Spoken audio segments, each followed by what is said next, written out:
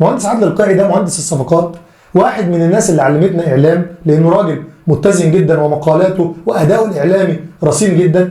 بس محتاج اقول ان هو محتاج يعلم ناس ويبدا يختفي من المشهد شويه. انا عارف ان انا بقول كلام كبير ممكن الناس تزعل منه، بس هي دي الحقيقه. سيد عادل القيعي راجل قامه كبيره جدا احنا اتعلمنا منه، لكن انا عايزه يعلم بقى، يبدا يعلم اجيال ويبدا يختفي من الصوره تدريجيا، لانه هي دي سنه الحياه، اجيال بتسلم بعض زي ما بيقولوا. بس خلينا بقى في الجيل بتاعي انا بقى، وده اللي انا جاي له النهارده اتكلم عنه في الحلقه، محمد فارس واحمد اسامه. تعالوا بقى يا جماعه نروح للجيل بتاعنا بقى. يعني انا اتكلمت في عجاله كده عن الاستاذ ابراهيم المنيسي والمهندس عادل القيعي، دول اجيال اكبر مننا، وزي ما بقول احنا بنتعلم منهم، حتى لو انتقدناهم الناس دي علمونا اعلام. لكن الجيل بتاعنا احمد اسامه ومحمد فارس.